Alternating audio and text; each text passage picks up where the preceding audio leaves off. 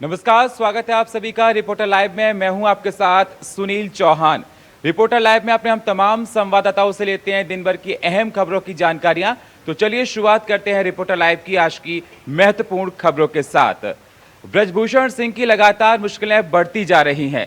उनके आवास गोंडा और लखनऊ पे आज दिल्ली पुलिस पहुंची और जांच पड़ताल की जा रही है। क्या कुछ अहम जानकारी इसी को बता रही है हमारी संवाददाता जूही सिंह। बीजेपी सांसद ब्रजभूषण शरण सिंह के गोंडा स्थित घर पर आज दिल्ली पुलिस पहुंची, जहां उनके परिवार के करीबी रिश्तेदार और नौकरों से पूछताछ की गई। पूछताछ ब्रजभूषण शरण सिंह पर पहलवानों की ओर से लगाए गए आरोप को लेकर की गई है, जिसमें कुछ लोगों के मोबाइल भी जब्त किए गए। आपको बता दें कि अब तक इस मामले में तकरीबन 137 लोगों के बयान दर्ज किए जा चुके हैं। दिल्ली पुलिस की टीम ब्रजभूषण शरण सिंह के पुश्तैनी घर विष्णोहर पहुंची, जहां पुलिस ने यहां करीब 1 दर्जन लोगों के बयान लिए। इनमें ब्रजभूषण के परिवार के सदस्यों के अलावा उनके सहयोगी सुरक्षा कर्मी भी शामिल थे। पुलिस ने इन लोगों के नाम, मोबाइल नंबर, आईडी आदि वो दर्ज कर लिए हैं। महिला पहलवान लगातार ब्रजभूषण शरण सिंह की गिरफ्तारी की मांग कर रही है। हालांकि सोमवार को आरोप लगाने वाले पहलवान विनेश फोगाट, साक्षी मलिक और बजरंग पुनिया ने केंद्रीय गृह मंत्री अमित शाह से मुलाकात की। अमित शाह से मुलाकात के बाद ये पहलवान वापस अपनी सरकारी नौकरी पर लौट गए, लेकिन उन्होंने ये साफ कर दिया है कि इसका ये मतलब बिल्कुल भी नहीं है कि उनकी लड़ाई यहीं पर खत्म हो जाएगी। यह आंदोलन आगे भी जारी रहेगी। कैमरामैन निकी के साथ मैं जूही, इंडिया वॉइस।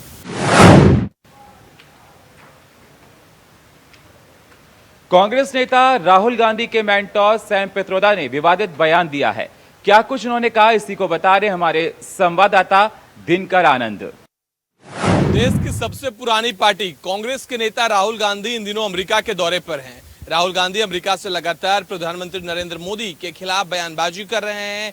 कई मुद्दों पे लगातार प्रधानमंत्री नरेंद्र मोदी और बीजेपी की सरकार को टारगेट कर रहे हैं। लेकिन अब राहुल गांधी के मेंटर कहे जाने वाले सैम पित्रोदा ने भी एक विवादित बयान दे दिया है, जिसके बाद बीजेपी आग बबूला हो गई और लगातार कांग्रेस पर निशाना साध रही है और कह रही है कि राहुल गांधी जब भी विदेश जाते हैं तो देश की और प्रधानमंत्री मोदी की लगातार आलोचना करते हैं, उनका अपमान करते हैं। आपको बता दें कि एक भाषण को संबोधित करते हुए सैम पित्रोदा ने कहा कि आज देश में महंगाई, बेरोजगारी चरम पर है, लेकिन इसका जिक्र कोई नहीं करता। मैंने कई बार पहले भी कहा है कि मंदिर, भगवान राम और भगवान हनुमान रोजगार नहीं दे सकते। जिसके बाद बीजेपी के नेता अमित मालवीय ने ट्वीट कर कहा कि यह कांग्रेस के आचरण को दिखाता है कि उन्हें कितना हिंदुत्व से प्यार है और कितना भगवान राम से प्यार है। कैमरा पर्सन निकी के साथ मैं दिनकर आनंद, इंडिया वॉइस। लखीमपुर खीरी से समाजवादी पार्टी ने 2024 के चुनाव की तैयारियां तेज कर दी हैं। इसी खबर को बता रहे हमारे संवाददाता राम जी। समाजवादी पार्टी लोक जागरण यात्रा के तहत लखीमपुर खीरी में पहला आगाज चालू हो चुका है। आपको बताते चले जो समाजवादी पार्टी के राष्ट्रीय अध्यक्ष अखिलेश यादव देवगिरी के महाविद्यालय में देख सकते हैं।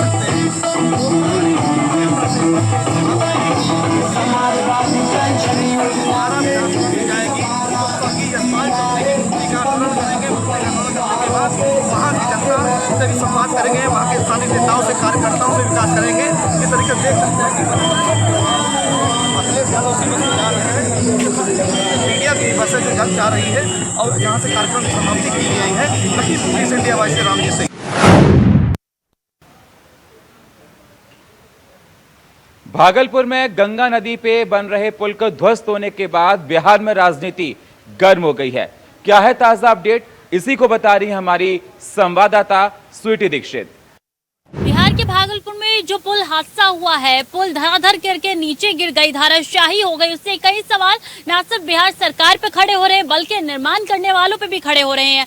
1700 करोड़ का ये पूरा पुल का निर्माण किया गया था तकरीबन, और ऐसे में धराशायी होते हुए तमाम चीजें निकल के सामने आ रही है। वहीं बिहार के डिप्टी सीएम यानी कि तेजस्वी यादव का साफ तौर पे कहना है कि अब जांच की जा रही है, कमेटी बैठा दी गई है।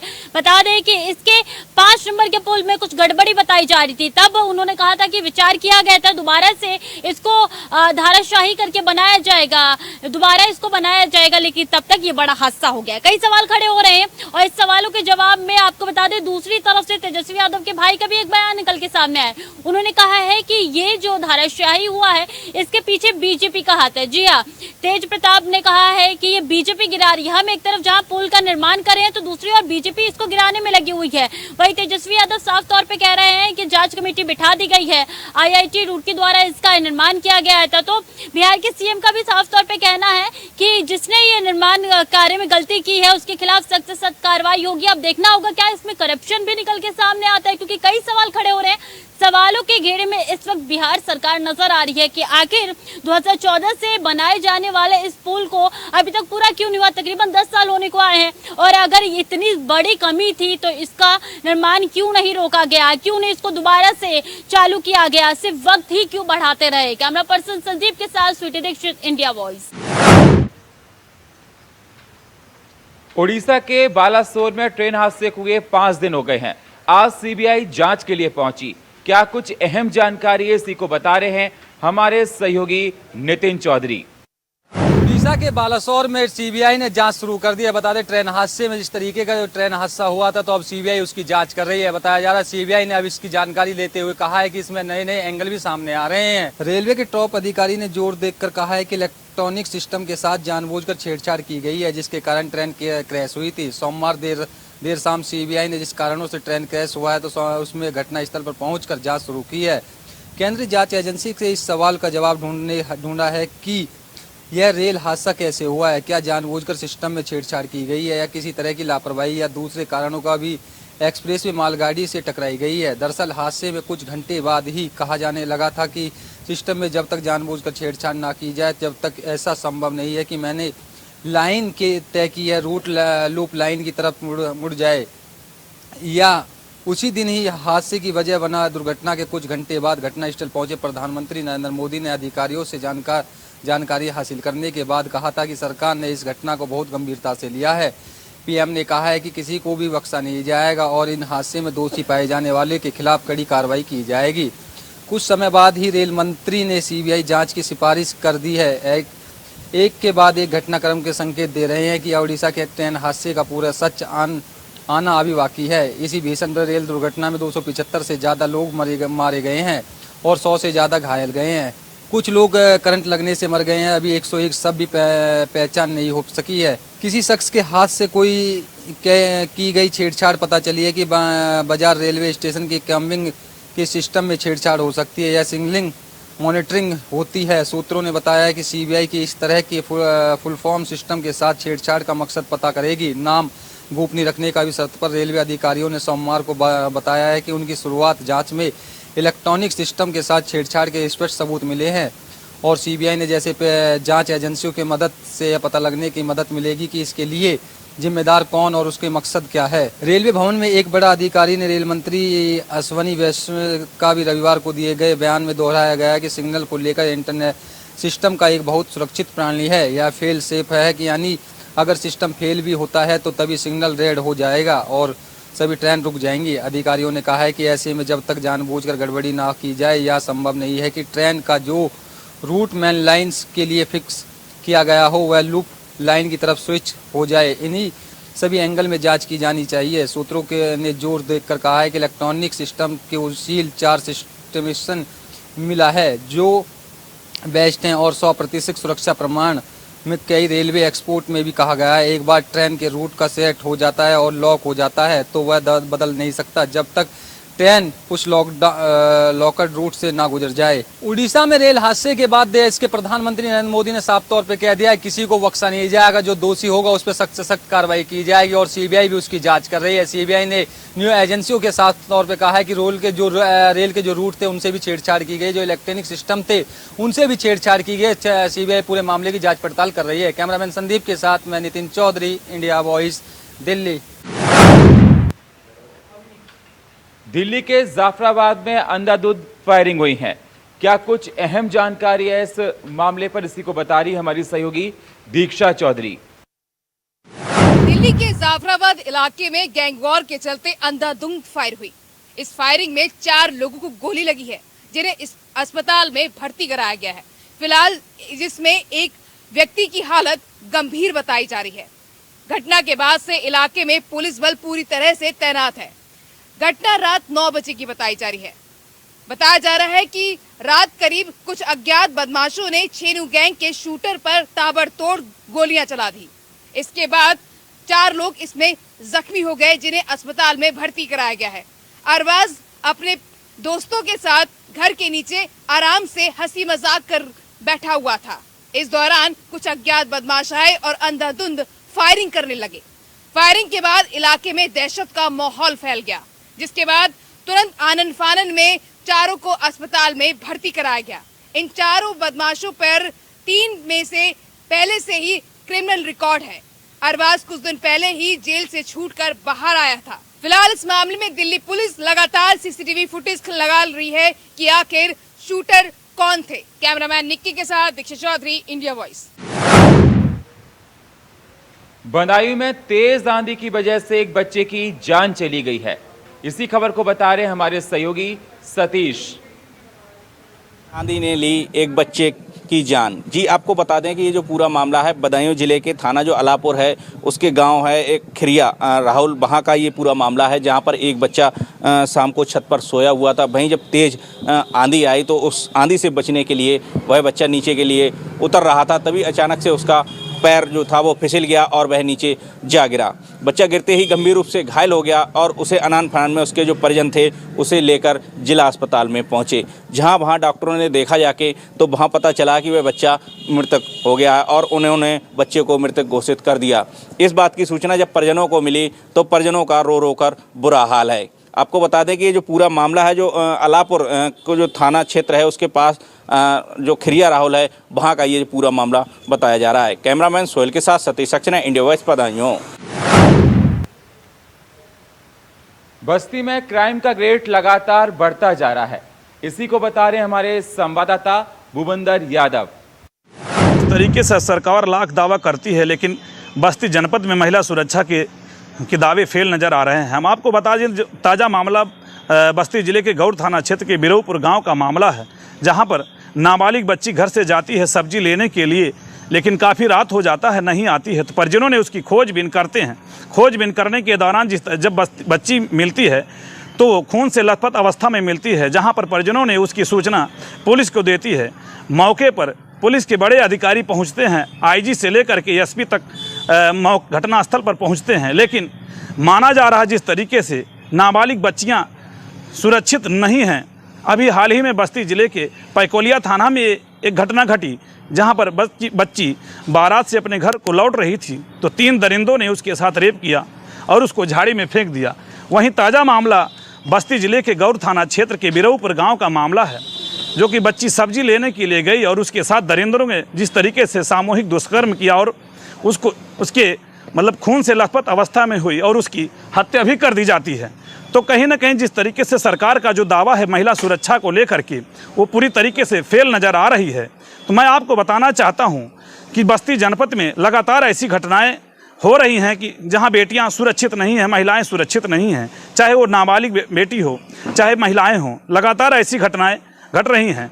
तो जो जिस तरीके से ये सरकार लाख दावा अपने आप को बता रही है, तो बस्ती जनपद में दरिंदों को ये पुलिस का ये खौफ नहीं है कि ऐसी घटनाएं लगातार घटित हो रही हैं और महिलाओं के अपराध में जिस तरीके से बस्ती जनपद में इजाफा हो रहा है, तो कहीं ना कहीं माना जा रहा है कि बस्ती जनपद की पुलिस फेल नज़र आ रही है। बस्ती से इंडिया वॉइस के लिए भूपेंद्र यादव। मुरादाबाद में युवक यातायात नियम की खुलकर धज्जियां उड़ा रहे हैं। इसी खबर को बता रहे हैं हमारे सहयोगी शारिक सिद्दीकी। मुरादाबाद जनपद में सोशल मीडिया पर एक वीडियो तेजी से वायरल हो रही है, जिस वीडियो में कुछ युवा अपनी कार के ऊपर सवार होकर एक युवक का जन्मदिन मनाते हुए दिखाई दे रहा है। वीडियो सोशल मीडिया पर वायरल होने जाने के बाद मुरादाबाद पुलिस के द्वारा पूरे प्रकरण का संज्ञान ले लिया गया। मुरादाबाद पुलिस के द्वारा इस पूरे प्रकरण में कार्यवाही की बात भी कही जा रही है। दरअसल जानकारी के मुताबिक लगातार मुरादाबाद जनपद में यातायात नियम के प्रति लोगों को जागरूक करने का मुरादाबाद पुलिस के द्वारा किया जा रहा है, लेकिन उसके बावजूद भी यातायात नियम का उल्लंघन करने की कई वीडियो ऐसे सामने आ रही है जिसमें कुछ लोग यातायात नियम का उल्लंघन करते हुए साफ तौर से दिखाई दे रहे हैं। ऐसी ही एक वीडियो बीती रात सोशल मीडिया पर वायरल हुई, जिसमें कुछ युवाओं के द्वारा कार के ऊपर सवार होकर स्टंट करते हुए दिखाई दिए हैं। इसके बाद कार कार सवार युवकों के द्वारा एक जगह पर इकट्ठा होकर जन्मदिन मनाया, जिसमें 5 कार थी और 5 कार में कई युवक सवार थे जिनके द्वारा जन्मदिन मनाया गया। वीडियो सोशल मीडिया पर वायरल होने के बाद मुरादाबाद पुलिस के द्वारा कही गई कार्यवाही की बात। शारिक सिद्दीकी, मुरादाबाद। रायबरेली में डिप्टी सीएम के मंसूबों पर पानी फिर रहे हैं डॉक्टर्स। इसी खबर को बता रहे हैं हमारे संवाददाता राजू तिवारी।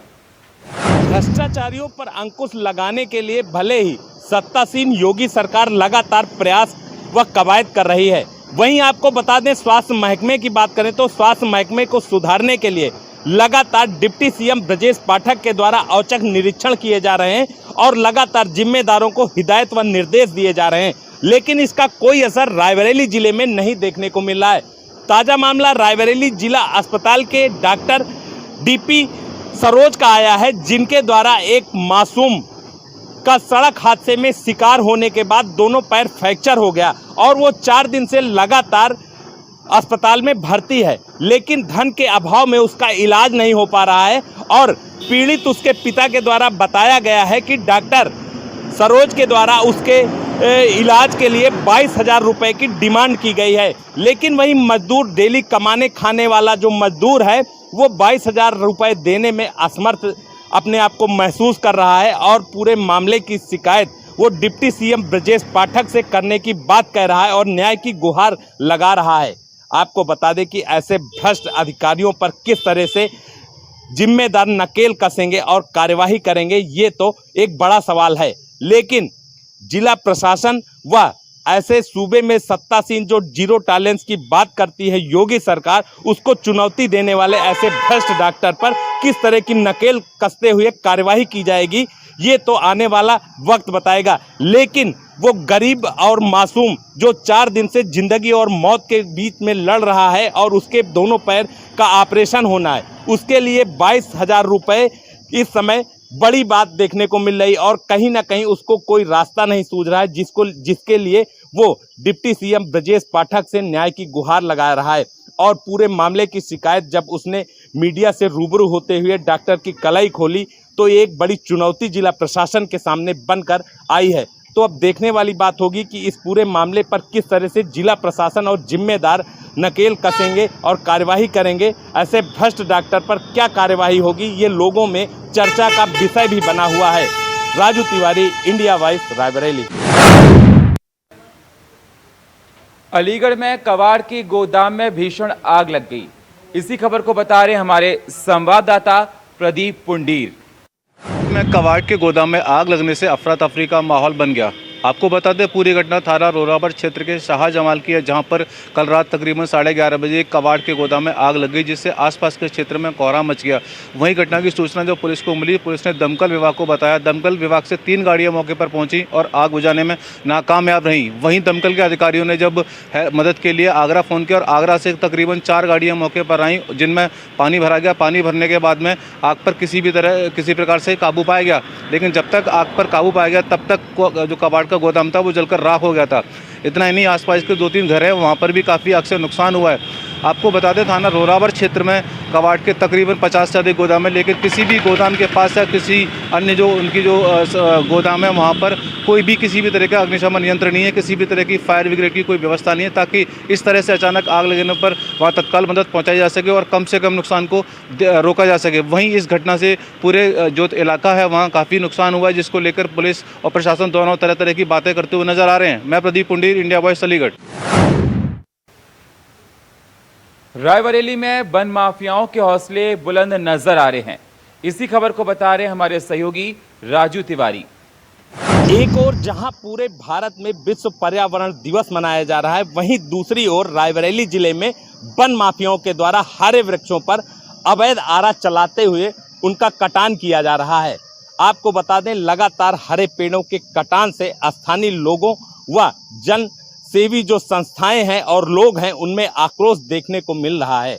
आपको बता दें रायबरेली जिले के जगतपुर थाना क्षेत्र, ऊंचाहार, भदोखर व सलोन थाना क्षेत्र में लगातार अवैध हरे पेड़ों का कटान जोरों पर है और वन माफिया लगातार सक्रिय देखने को मिल रहे हैं। हालांकि कल ही यानी 5 तारीख को पूरे उत्तर प्रदेश के साथ साथ रायबरेली जिले में पर्यावरण दिवस मनाया गया और जिलाधिकारी माला श्रीवास्तव के द्वारा अपील की गई कि हर व्यक्ति कम से कम एक वृक्ष जरूर लगाए ताकि आने वाला समय जो है वो पर्यावरण से बचत रखे और क्षेत्र में बारिश हो सके। इसको लेकर काफ़ी जिलाधिकारी संजीदा दिखी। वहीं दूसरी तरफ वन विभाग के अधिकारी व स्थानीय पुलिस की मिली भगत से लगातार अवैध पेड़ों का कटान जोरों पर है, लेकिन इस ओर किसी का ध्यान नहीं जा रहा है। लेकिन स्थानीय लोगों की बात करें तो स्थानीय लोगों में पूरे मामले को लेकर आक्रोश देखने को मिल रहा है। कल ही किसान नेता रमेश बहादुर सिंह के द्वारा